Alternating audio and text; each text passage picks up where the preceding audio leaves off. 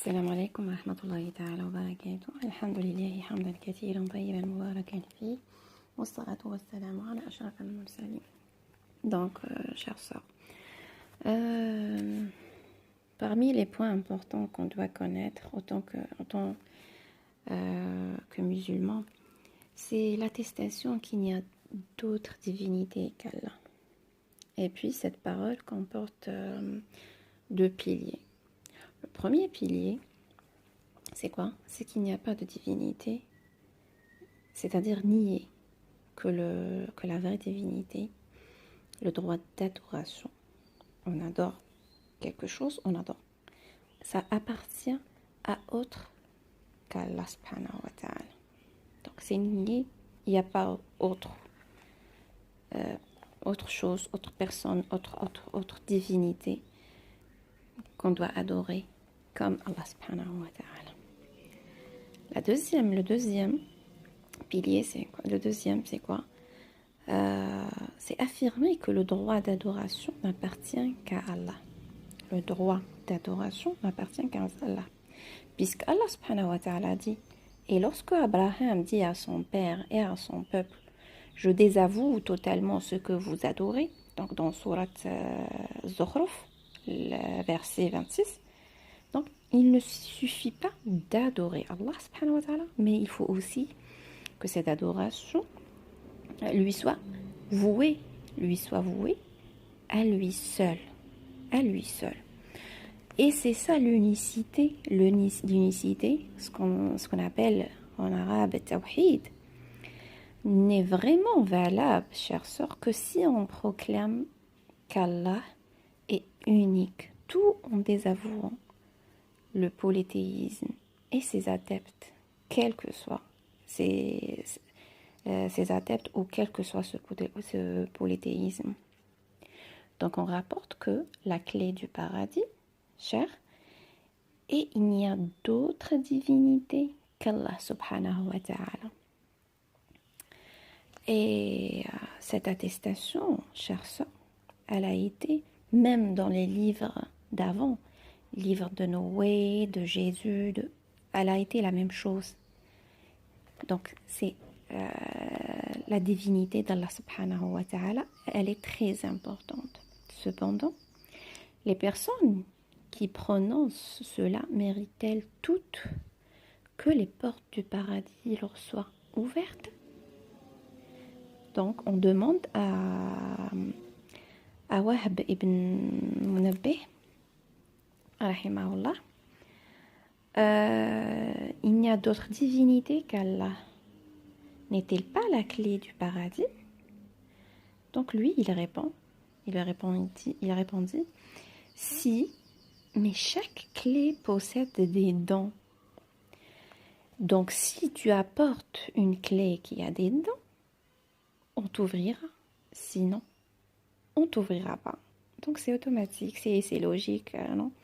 Donc la bonne clé à la bonne place. On ne peut pas prendre n'importe quelle clé pour ouvrir n'importe quelle porte.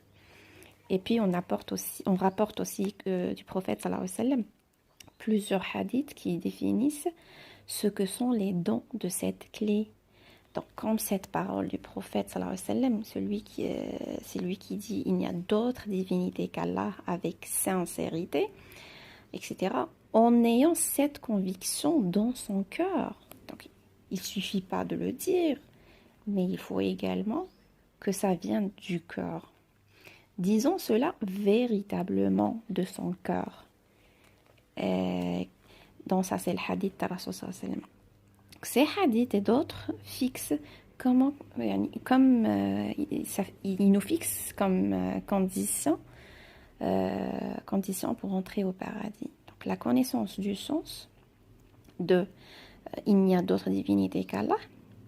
Certains textes montrent qu'on doit rester constant dans cette parole jusqu'à la mort. Et d'autres prouvent qu'on doit se soumettre à ce qu'elle renferme comme sens. De l'ensemble des preuves, les savants ont déduit des conditions qui doivent absolument être remplies en l'absence d'entraves empêchant la personne de les appliquer. Donc, et pour que l'expression, il y a d'autres divinités qu'Allah, donc soit la clé du paradis. Donc les conditions en fait, ces dons de cette clé c'est quoi? C'est quoi au juste? Donc c'est la première chose, c'est la connaissance. Al-ilm, al-ilm, souhaibati, mes chères sœurs. En effet, chaque expression a une signification. Donc ça c'est logique. Il faut donc connaître la signification de cette expression. Il y a d'autres divinités qu'Allah, d'une connaissance qui s'oppose à l'ignorance. Donc c'est ça, al-ilm, la connaissance. Il faut qu'on cherche, il faut qu'on lit dans les livres, les exégèses, et puis on cherche ce qu'ils ont dit, les savants, pour comprendre réellement le sens le plus profond de cette expression. Elle réfute que la divinité appartienne à toute autre chose en dehors d'Allah et affirme qu'elle appartient à Allah Azza wa Jal seul. C'est-à-dire il n'y a pas de divinité en droit d'être adorée en dehors d'Allah subhanahu wa ta'ala. Et parmi les preuves, il y a cette parole d'Allah subhanahu wa ta'ala dans ce qu'on vient de citer dans Surat Zukhruf 86, à l'exception de ceux qui auront témoigné de la vérité en pleine connaissance de cause. Donc, et le prophète sallallahu alayhi wa sallam a dit celui qui meurt tout en sachant qu'il n'y a d'autres divinités qu'Allah entre au paradis. Donc, Inch'Allah, chères sœurs, on sera ceux qui vont rentrer au paradis. La deuxième chose, c'est quoi? C'est la certitude. Donc la certitude, c'est quoi? C'est al-yaqin en arabe. C'est qu'on soit sûr. Il n'y a aucun doute au fond de nous. C'est-à-dire avoir la ferme conviction de la signification de cette expression. Parce qu'elle n'admet ni doute, ni hésitation, ni incertitude. Donc, il faut plutôt que tu aies une conviction ferme. Donc, Allah subhanahu wa ta'ala a en effet dit dans la description des croyants, les vrais croyants sont seulement ceux qui croient en Allah et en son messager, qui par la suite ne doutent point et qui luttent avec leurs biens et leurs personnes dans le chemin d'Allah. Ceux-là sont les véridiques dans Surat al-Hujurat, verset 15. Donc sa simple prononciation n'est pas suffisante. Là, il faut donc à tout prix la conviction du cœur. Donc ça vient de l'intérieur de nous. Si cette conviction vient à manquer, donc cela équivaut à quoi, chers sœurs? À l'hypocrisie absolue. J'espère qu'on ne soit pas des hypocrites. Et le prophète sallallahu alayhi wa sallam a dit: je témoigne qu'il n'y a d'autres divinités qu'Allah et que je suis le messager d'Allah. Personne ne rencontre Allah avec ce double témoignage, n'ayant aucun doute à leur sujet, sans qu'ils ne rentrent au paradis. Donc rapporté par Muslim. Troisième chose, c'est quoi? Donc on a dit la connaissance, la certitude, al-yaqin, et puis troisièmement, c'est l'acceptation, le qaboul. L'acceptation, c'est lorsque tu as pris connaissance avec la conviction ferme. Donc, et cette connaissance, certaine doit engendrer ses effets. Donc, par l'acceptation de ce qu'implique cette expression, par le cœur et par la langue. Celui donc qui rejette le message de l'unicité d'Allah Tawhid et ne l'accepte pas est mécréant malheureusement. Donc que ce rejet soit dû à l'orgueil, le kibar, le ghurur, donc à la rébellion ou à l'envie. Allah subhanahu wa ta'ala dit au sujet des mécréants qui ont qu'ils l'ont rejeté par orgueil.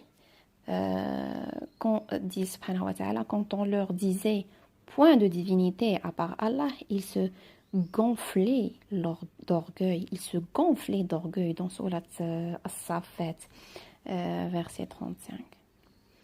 Donc, après, on a l'acceptation, le qaboul. La quatrième, c'est quoi? C'est la soumission.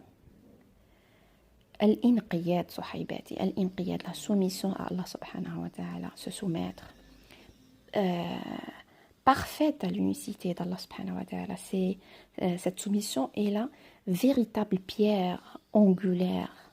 Donc, c'est la mise en pratique, en fait, apparente de la foi.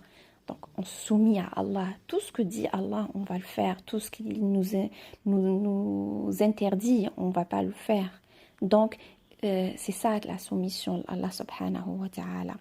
Ceci se concrétise en mettant en pratique ce que Allah Azza wa Jal a ordonné et en abondant ce qu'il a interdit. Comme l'a dit Allah subhanahu wa ta'ala, et quiconque soumet son être à Allah, tout en étant bienfaisant, s'accroche réellement à l'anse la plus ferme. La fin de toute chose appartient à Allah. Surat Luqman, verset 22. Donc ceci, c'est la soumission parfaite. Après, on a l'acceptation, la soumission. Après vient la véracité. La véracité, c'est quoi? C'est sidq en arabe, c'est sidq. C'est plus que la sincérité. En prononçant l'attestation avec une véracité qui exclut le mensonge. Il n'y a aucun mensonge de ce qu'on fait ou de ce qu'on dit ou de ce qu'on pense ou de ce qu'on ressent envers cette expression, car celui qui la prononce seulement avec sa langue, tandis que son corps renie, est un hypocrite. Wal'iyadu billah. Nas'alallah salama. Donc la preuve réside dans cette parole d'Allah Azza wa Jal au sujet des hypocrites. Il dit, ils disent avec leur langue ce qui n'est pas dans leur cœur. Fait surat al-Fath, verset 11. Donc c'est ça la véracité. Donc on a vu les conditions de cette parole, l'attestation qu'il n'y a d'autre divinité qu'Allah. Et on a dit qu'il y a des clés, c'est les dons de cette clé. C'est quoi les dons de cette clé? Donc on a la connaissance, l'ilm, on a la certitude, l'yaqin, on a l'acceptation, c'est le qaboul, on a la soumission, c'est l'inqiyad, voilà. Et après on a la véracité. La véracité, c'est le sidq. Après, il reste deux. Alors, on a l'amour, le mahabba. Donc, en tant que croyant, on doit aimer cette attestation, aimer appliquer ce qu'elle suppose, si on le fait avec amour. Donc, aimer ses adeptes. Donc, et automatiquement, logiquement, quand on aime quelque chose, on doit prouver qu'on aime cette chose. Et on le fait avec amour.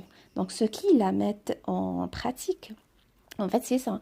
On doit donner la priorité à ce que Allah aime. Donc, tout ce que Allah aime, on doit l'aimer. Même si cela est contraire à nos passions. Donc, à l'encontre de ce qu'on veut, dans ce qu'on aime, nous. Donc, s'allier à ce qui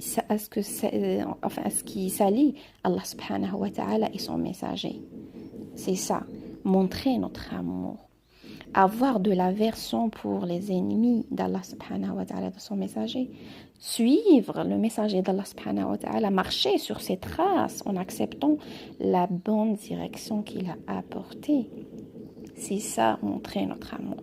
Tels sont les signes, mes chères sœurs, de l'amour du serviteur pour son Seigneur. Donc, quand on aime quelqu'un, on doit lui montrer, on doit lui prouver qu'on l'aime. Et ça, c'est important ici aussi pour... on ne va pas attester juste comme ça qu'il n'y a d'autres divinités qu'Allah, mais non, on doit le prouver, on doit le montrer. Et à la fin, on a quoi? On a la sincérité. La sincérité, c'est al-ikhlas. Al-ikhlas, en ne visant que le visage d'Allah subhanahu wa ta'ala. On fait tout ça juste pour le visage d'Allah subhanahu wa ta'ala. juste parce que Allah subhanahu wa ta'ala a dit, c'est pour lui uniquement, pas pour une autre personne. Donc à travers la prononciation de cette attestation, car Allah subhanahu wa ta'ala dit, il ne leur a été commandé cependant que d'adorer Allah, lui vouant un culte exclusif. Donc c'est surat al-Bayyina, le verset 5. Et le prophète sallallahu alayhi wa sallam a dit, en vérité, Allah a interdit l'enfer à celui qui dit il n'y a d'autre divinité digne d'adoration qu'Allah, ne disant par là que le visage d'Allah subhanahu wa ta'ala, rapporté par Al-Bukhari. Donc Suhayba dit, chère sœur, l'attestation qu'il n'y a d'autre divinité qu'Allah.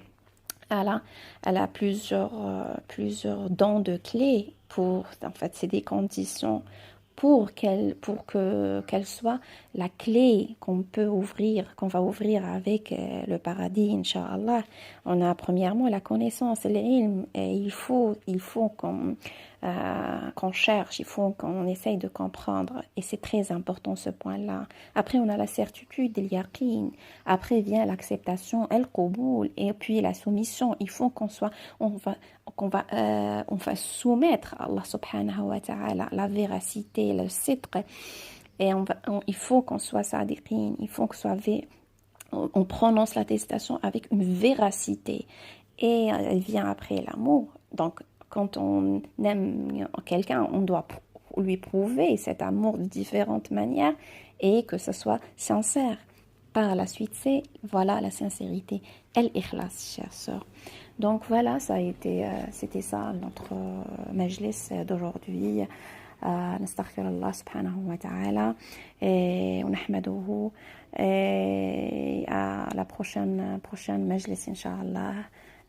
السلام عليكم ورحمة الله تعالى وبركاته.